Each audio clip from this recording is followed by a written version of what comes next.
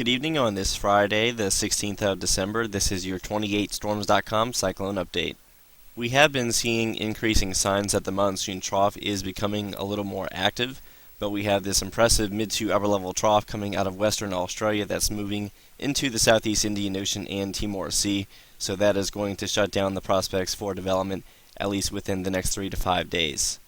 Additionally, it does not look as though the upper level environment across the South Pacific has become any more favorable over the last 24 hours.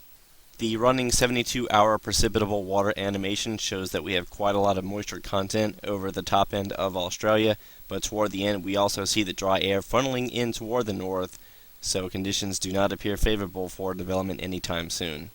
As we venture into the Indian Ocean, the only convection that really stands out is the typical monsoon convection that is located primarily near the equator, and it looks as though the southern hemisphere is being shut down by a multitude of mid to upper level troughs.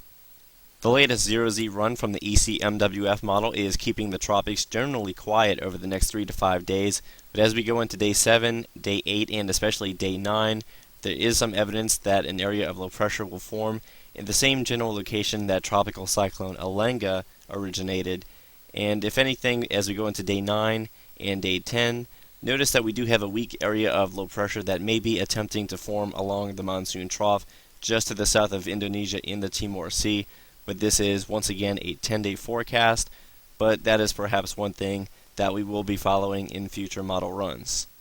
The 12Z run of the ensembles from the ECMWF also adds some credence to the aspect or the idea that the Timor Sea may be an area to watch around day 9 and day 10.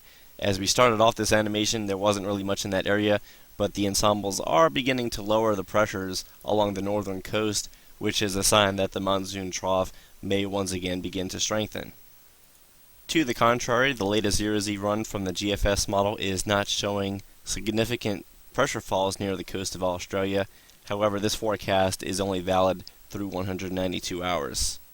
So it looks as though the tropics will remain relatively inactive throughout the weekend and more than likely into the duration of the upcoming work week.